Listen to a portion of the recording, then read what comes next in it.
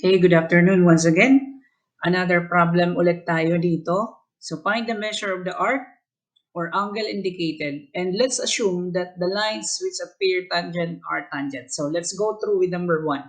So number one, as we can see, there is a circle and then there are chords that intersect inside the circle at point J. First thing first, let's discuss these angles. We call this one as vertical angle. So, vertical pair of angles. According to vertical angle theorem or VAT, vertical angles are congruent. So meaning to say whatever the measure of this angle will be equal to this. So J is also 115.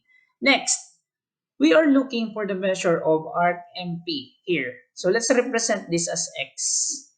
Now, there is a theorem that states that whenever two chords intersect inside a circle, the measure of the angle of this angle is equal to the half of the sum of the two intercepted arcs.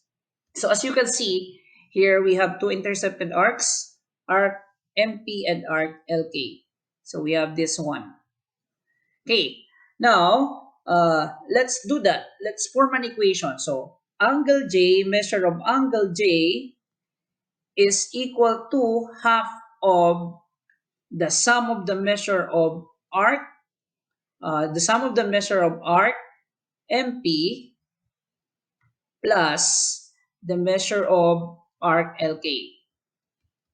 Okay, so let's substitute. Angle J is equal to 115. So that's equal to 115.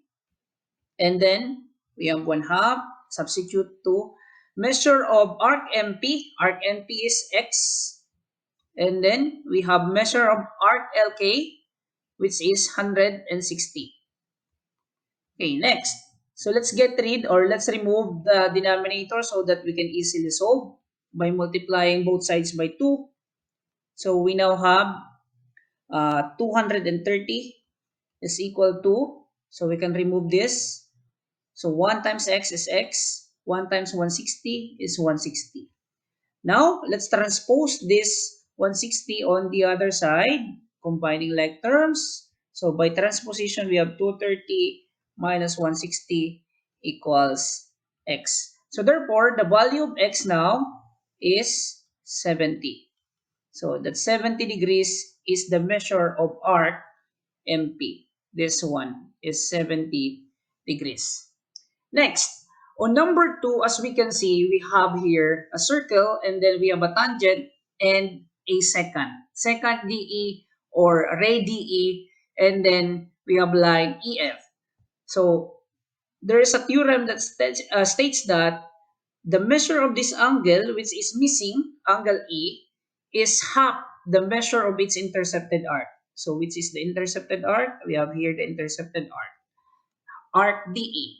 So let's have that. Angle E is equal to half of arc DE. Okay, but as you can see here, arc DE is missing. But we can solve for arc DE first by subtracting 210 to 360. Why is that so?